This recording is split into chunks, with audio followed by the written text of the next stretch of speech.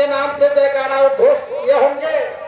आज तुम्हें अपने पूर्वज सयाजी गायकवाड़ जो कुर्मी वंशज के हैं, तुम्हारे पूर्वज है, उनके नाम से जयकारा लगाना है ताकि आपकी हौसला बुलंद हो जाए और तुम्हारे विरोधियों का हौसला पस्त हो जाए।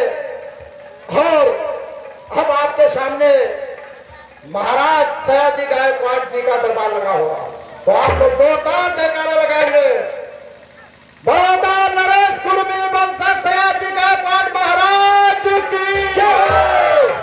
बड़ौदा नरेश कुर्मी वंशज सयाजी गायकवाड़ महाराज की जय। बड़ौदा नरेश कुर्मी वंशज सयाजी गायकवाड़ महाराज की जय। मंत्रीवर्ग, हमारे राज्य का क्या समाचार है और हमारे प्रजाओं को किसी चीज की तकलीफ तो नहीं है और हमारे इस बड़ौदा रियासत में हमारे खिलाफ कहीं विषमता का अंकुर तो नहीं पनप रहा है मंत्रीवर्ग? नहीं राजन, हमारा बड़ौदा खिल रहा हुआ फल फूल रहा है। आपसी भाईचारा, आपसी भाईचारा, वह घर घर में प्यार है। आपसी भाईचारा, वह घर घर में प्यार है। हर घर हर मोहल्ले में बस आपके नाम की जय जयकार। सारस सारस मंत्री, यही हम तुमसे सुनना चाहते थे, लेकिन मंत्रीवर्ग आज हम कुछ अपने दिल की बात तुम्हें बताना चाहता हूँ, तुम ध्यान लगाकर सुनो मंत्रीवर्ग। राजन, कौन सी बात है जो आपके आंखों से आंसू रवा हो गए? ऐसी बात लाने से मंत्रीवर्ग, जब मैं अपने पूर्वजों का इतिहास उठाकर पढ़ता हूँ तो हमारा कलेजा दहल जाता है और हमारे आंखों में आंसू आ जाते हैं मंत्रीवर्ग। कारण क्या है? मंत्रीवर्ग, हमारे पूर्वज छत्रपति शिवाजी महाराज जो राय करते राजा थे, एक दिन उनकी मां जीजाबाई कहने लगी कि बेटा शिवा, हम तुम्हें राजा के पोशाक में देखना चाहती हूँ। बड़ा उत्तम विचार था मां जीजाबाई का कि हर माताओं की यही कल्पना होती है कि उनका बेटा पढ़े बढ़े और फूले फले। राजन, मंत्रीवर्ग, जब ऐसा बात मां जीजाबाई ने कहा कि बेटा शिवा, हम तुम्हें राजा के भेष में देखना चाहती हूँ, तो शिवाजी महाराज ने कहा ठीक है मां, आप तो हम राजा नजर नहीं आते हैं। सच कहा राजन, क्योंकि वो तो इतने बड़े रियासत के राजा थे, छत्रपति की उपाधि मिली थी, तो क्या वो राजा नहीं थे? राजन, कारण क्या?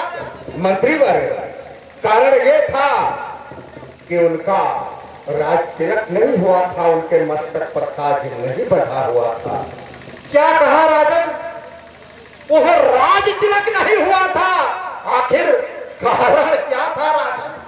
मंत्रीवर्ग, कारण ये था कि वो शूद्र वर्ग में आते थे, इसलिए उनका राज तिलक नहीं हुआ था। क्या कहा राजन? वह शूद्र वर्ग में आते थे, उनका राज तिलक इस कारण नहीं हुआ था। हाँ मंत्रीवर्ग। किस वंश में आते थे राजन? कुर्मी वंशज में आते थे मंत्रीवर्ग। कुर्मी वंशज शूद्र वर्ग में थे, इसलिए उनका राज तिलक नहीं हो पाया था। राजन, आगे क्या हुआ राजन? आगे हुआ मंत्रीवर्ग कि जब मां जीजाबाई ने कहा कि बेटा शिवा, हम तुम्हें राजा के पोशाक में देखना चाहती हो, तो शिवाजी महाराज ने कहा ठीक है मां, अगर तुम हमें और हमारे सर पे ताज देखना चाहती हो तो हम अपना राज तिलक करवाऊंगा। उन्होंने अपने मंत्री को आदेश दिया कि हमारा राज दरबार सजाया जाए और सभी प्रजाजन को बुलाया जाए। मंत्रीवर ने उनका राज दरबार सजाया और समस्त प्रजाजन को बुलाया और सभी प्रजाजन यथास्थान पर विराजमान हुए। महाराजा छत्रपति शिवाजी ने आदेश दिया अपने मंत्री को राज पुरोहित को बुलाया जाए। फिर क्या हुआ? मंत्री जाते हैं राज पुरोहित को बुलाने के लिए, तो पुरोहित ने इनकार कर दिया। मंत्रीवर क्या कहा राजन? राजा का राज तिलक करने से पुरोहित ने इनकार कर दिया, जबकि उन्हीं के आबो हवा में जीते थे, उन्हीं के टुकड़ों पर पलते थे और उन्हीं के इशारों पर चलते थे। इसके बावजूद राज तिलक करने से इनकार कर दिया। हाँ मंत्रीवर, उन्होंने कहा पुरोहितों ने कि हम शूद्र का राज तिलक नहीं कर सकते हैं, अपने धर्म का उल्लंघन नहीं कर सकते हैं। इसमें राज तिलक करने से क्या धर्म का उल्लंघन? मंत्रीवर, शूद्र वर्ग में वो आते थे इसलिए। ठीक है राजा, फिर क्या हुआ? फिर ये हुआ मंत्रीवर कि उन्होंने अपने मंत्री को काशी एक पंडित को बुलवाया, जो एक आंख का काना था, नाम था गांगा भट्ट।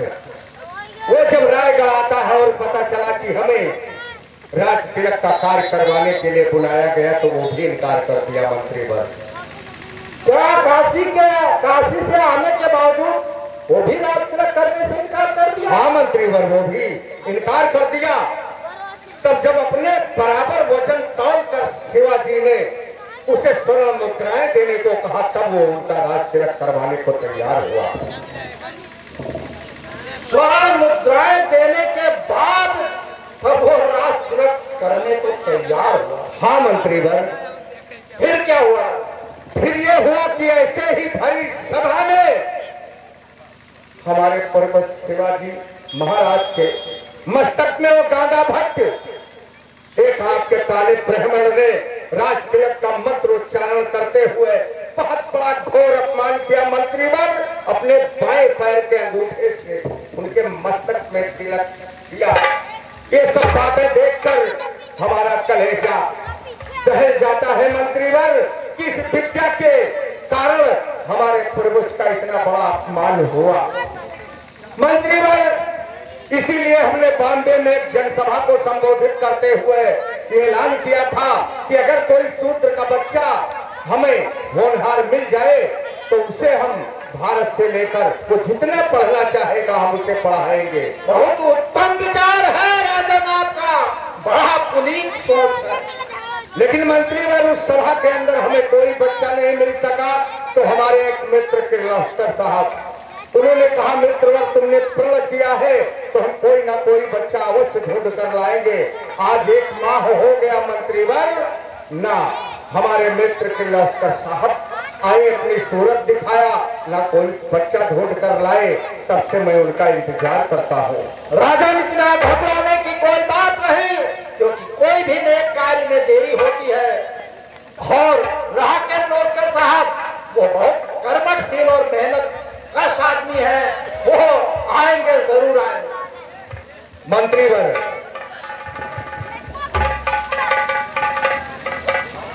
लो आपके मित्र जी आ गए। राजन, मित्र जी नमस्ते। नमस्ते नमस्ते मित्रवर, हम अभी आपके ही बारे में कुछ चर्चाएं कर रहे थे, लेकिन मित्रवर कहिए अपने कुशलता का समाचार, आप कैसे हैं? मैं बहुत ठीक हूँ। लेकिन मित्रवर, कुछ दिन पहले हम आप कुछ वायदे किया था एक बच्चे के बारे में, जो आपने वादा मुझसे किया था कि कोई बच्चा ढूंढ कर लाऊंगा। तो ये बताइए मित्रवर, कोई बच्चा मिला आपको या नहीं? मित्र जी, बड़ी निराशा से कहना पड़ रहा है कि अभी तक हमें कोई बच्चा मिल नहीं पाया। आपको कोई बच्चा नहीं मिल पाया? लगता है कि कोई बच्चा मिल भी नहीं पाएगा। हमने नाहक में ऐसा प्रण कर डाला मित्रवर। नहीं नहीं मित्र जी, आप हताश मत होइए, परेशान मत होइए। जिस तरह से आपने 1 माह का इंतजार किया है, मुझे केवल 1 हफ्ते का मौका और दे दीजिए। मैं कोई ना कोई बच्चा ढूंढ कर जरूर लेकर आऊंगा। क्या आपको उम्मीद है कि एक हफ्ते के अंदर कोई बच्चा मिल जाएगा? मित्र जी, आज से मैं सारे कार्यों को छोड़कर केवल बच्चे को ढूंढूंगा। जैसे ही बच्चा मिलेगा आपके पास लेकर आ जाऊंगा। ठीक है मित्रवर, जैसे हमने एक माह से इंतजार किया है, एक हफ्ता तो यूं ही गुजर जाएगा। ठीक है, जाइए आप। चलता हूँ। नमस्ते। नमस्ते नमस्ते। मंत्रीवर, महाराज, हमारे मित्र ने हमसे एक हफ्ते का टाइम और मांगा है। चलो एक हफ्ता तो यूं ही गुजर जाएगा। सच कहा राजन। लेकिन मंत्रीवर, हम इसी वक्त अपने इस बड़ौदा रियासत का भ्रमण करना चाहता हूँ। अवश्य चाहिए राजन। हम अपने सेनाओं को सतर्क किए दे रहा हूँ कि आप जैसे जनप्रिय प्रजापालक को अपने आंखों से जल नहीं होने देना चाहता हूँ राजन। और आप चाहिए, लेकिन हमारे लिए क्या आदेश? मंत्रीवर, आपके लिए आदेश है कि हमारे न उपस्थिति में दरबार में अगर कोई दीन दुखी व कोई फरियादी आता है तो उसकी फरियाद सुनी जाए और उसके साथ उचित न्याय होना चाहिए। मंत्रीवर, ठीक है राजन, आप बेफिक्र होकर जाइए। आपकी आज्ञा में सिरोधार करता हूँ राजन, और उम्मीद करता हूँ जैसा आपने कहा है हम वैसा ही करके दिखाएंगे।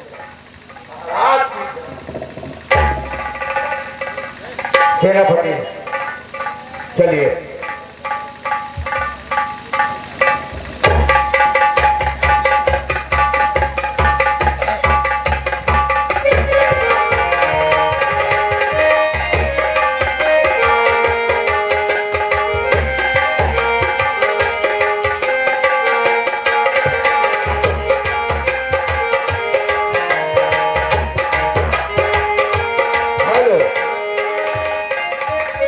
साथियों, आप लोग ध्यान दें कि बाबा साहब यानी भीमराव के घर के अंदर इस तरह की परेशानियां थी।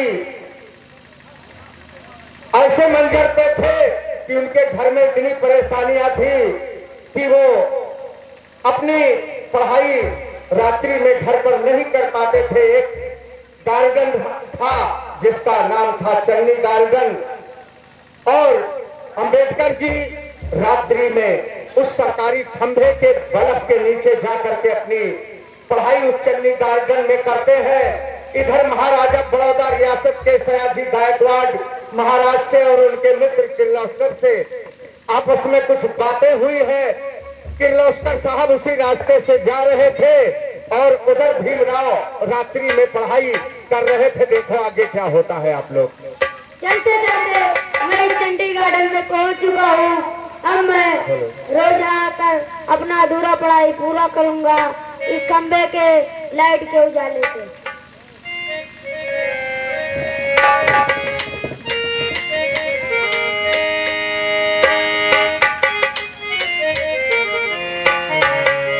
हेलो।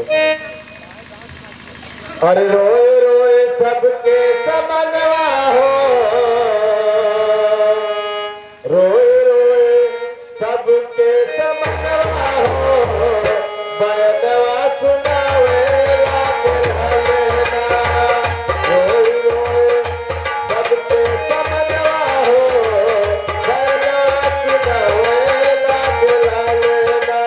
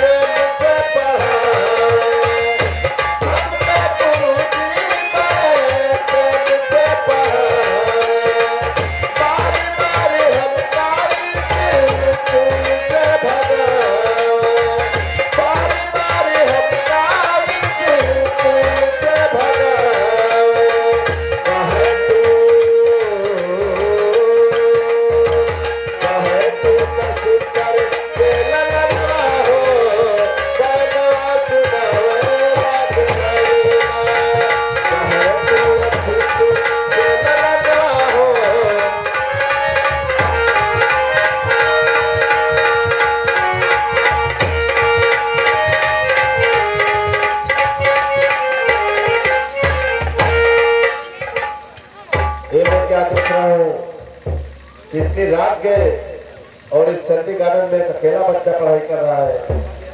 इसमें जरूर कुछ कारण है। चलकर इस बच्चे से बात करता हूँ, हो सकता है कि यही बच्चा मेरी मंजिल बन जाए। ऐ बेटा, ऐ बेटा, मैं तुम्हें को बुला रहा हूँ।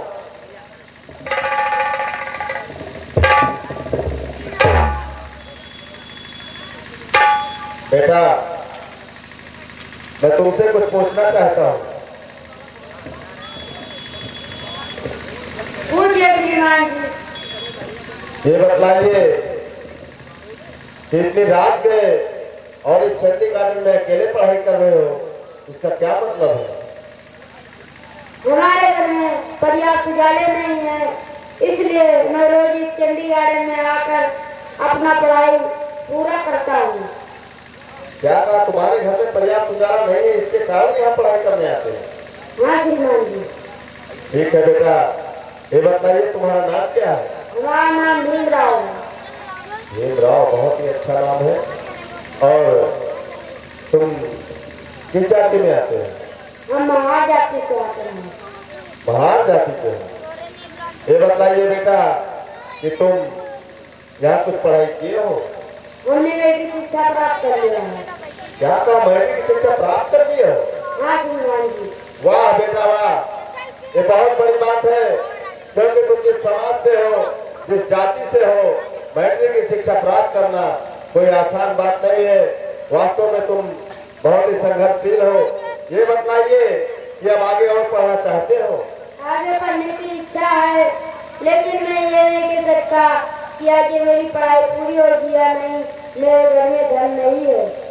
बेटा, इस बात की फिक्र तुम छोड़ दो और हमारे साथ चलो।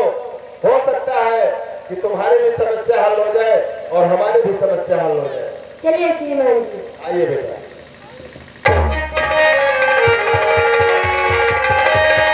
ओ भारत रत्न माता भीमा के प्यारे,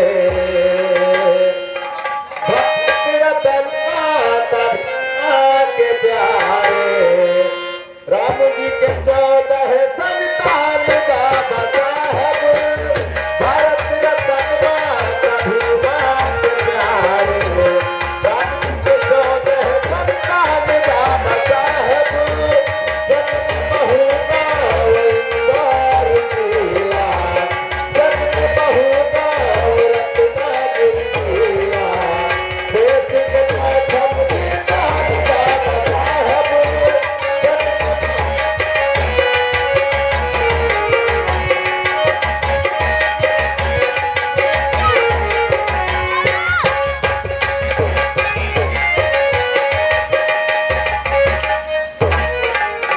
मंत्रीवर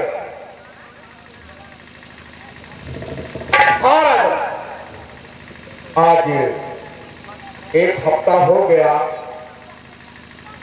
आज है के दिन हमारे मित्र हमसे मिलने का वायदा किया था और सुबह से दिन का दोपहर हो गया, लेकिन हमारे मित्र किर्लोस्कर साहब अभी तक नहीं आए।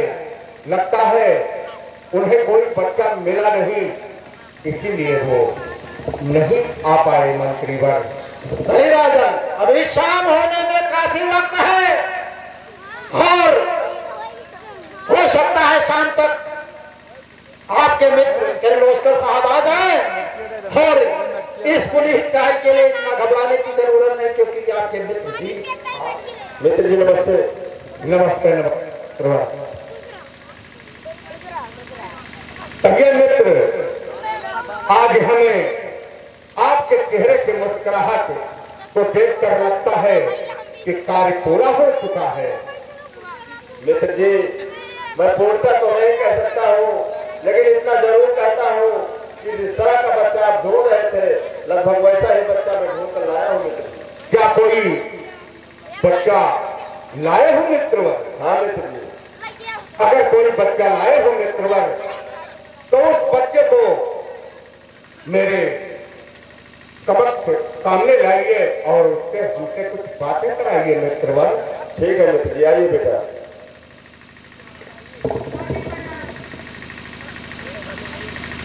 कहिए पुत्र, तुम्हारा नाम क्या है? हमारा नाम भीमराव है। तुम्हारा नाम भीमराव है, हाँ राजा। लेकिन ये बताओ बेटा कि तुम किस वर्ग में आते हो? सूट वर्ग में आते हैं। रुद्र वर्ग में आते हो। लेकिन इतना और बताओ बेटा कि तुम कुछ शिक्षा वगैरह किए हो, प्राप्त कर चुके हो? हमने मेरी शिक्षा प्राप्त कर लिया है। क्या कहा पुत्र? हमने मेरी शिक्षा प्राप्त कर लिया है। मैट्रिक शिक्षा तुमने प्राप्त कर लिया? हाँ राजा। ओह, बड़ी शोचनीय बात है। तुम इतने निचले वर्ग में और मैट्रिक शिक्षा प्राप्त कर लिया बेटा, लेकिन ये बताओ कि आगे अब तुम्हारा इरादा क्या है? आगे पढ़ने की इच्छा तो है, लेकिन मेरे घर में धन नहीं है, इसलिए कुछ कर नहीं सकता है। इसके लिए तुम्हें फिक्र है कि हमारे घर में धन नहीं है, पढ़ने का इच्छा बहुत है, लेकिन हो सकता है धन के अभाव से हमारी पढ़ाई आगे ना हो पाए, इसीलिए फिक्र करते हो बेटा। लेकिन बेटा तुम्हें फिक्र करने की जरूरत नहीं है अब, और तुम जितना पढ़ना चाहोगे हम तुम्हें पढ़ाएंगे, लेकिन इसके लिए तुम्हें हमारे पास एक शर्त रखना होगा। वो कौन सी शर्त है राजन? पुत्र, शर्त ये होगा कि तुम मैट्रिक शिक्षा तो इंडिया में ही प्राप्त कर चुके हो, लेकिन हम तुम्हें विदेश भेजेंगे, और जब तुम अपनी पढ़ाई विदेश से पूरी करके वापस इंडिया आओगे तो हमारे इस बड़ौदा रियासत में तुम्हें हमारा 10 वर्षों तक सेवा देना पड़ेगा पुत्र। अगर मंजूर हो तो बताओ। ठीक है राजन, मंजूर है। मंजूर है पुत्र? हाँ राजन। मंत्रीवर, हाँ, इस बालक के आप साइन करवा लीजिए, बॉन्ड भरवा लीजिए। ठीक है राजा। लो बेटा, ये हमारे बड़ौदा की कार्रवाई रजिस्टर है, सारे नियम सारे शर्तें लिखे हुए हैं, उसको देखते हुए काम भर।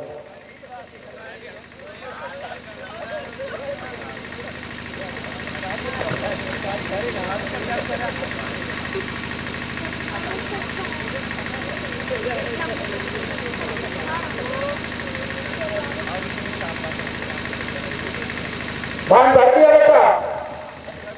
हाँ राजन, हमने बॉन्ड भर दिया। बॉन्ड भर दिया बेटा? हाँ राजन। ठीक है पुत्र, लेकिन अब तुम्हें किसी बात की चिंता करने की जरूरत नहीं है, और हम तुम्हें आज ही विदेश रवाना करेंगे, और तुम सारी चिंताओं को छोड़ दो और विदेश में जाकर के मन लगाकर पढ़ाई करो। अगर तुम्हें वहां कोई परेशानी होती है हमें पत्र द्वारा अवगत कराओ, और किसी बात की चिंता करने की जरूरत नहीं है। मंत्री भाई, हाँ राजा, जाओ इस बालक को यथा ड्रेस उचित सामान का प्रबंध करके आज ही इसे लंदन रवाना कर दो। ठीक है राजन, लेकिन एक बात मुझे खटक रही है। वो कौन सी बात मंत्रीवर?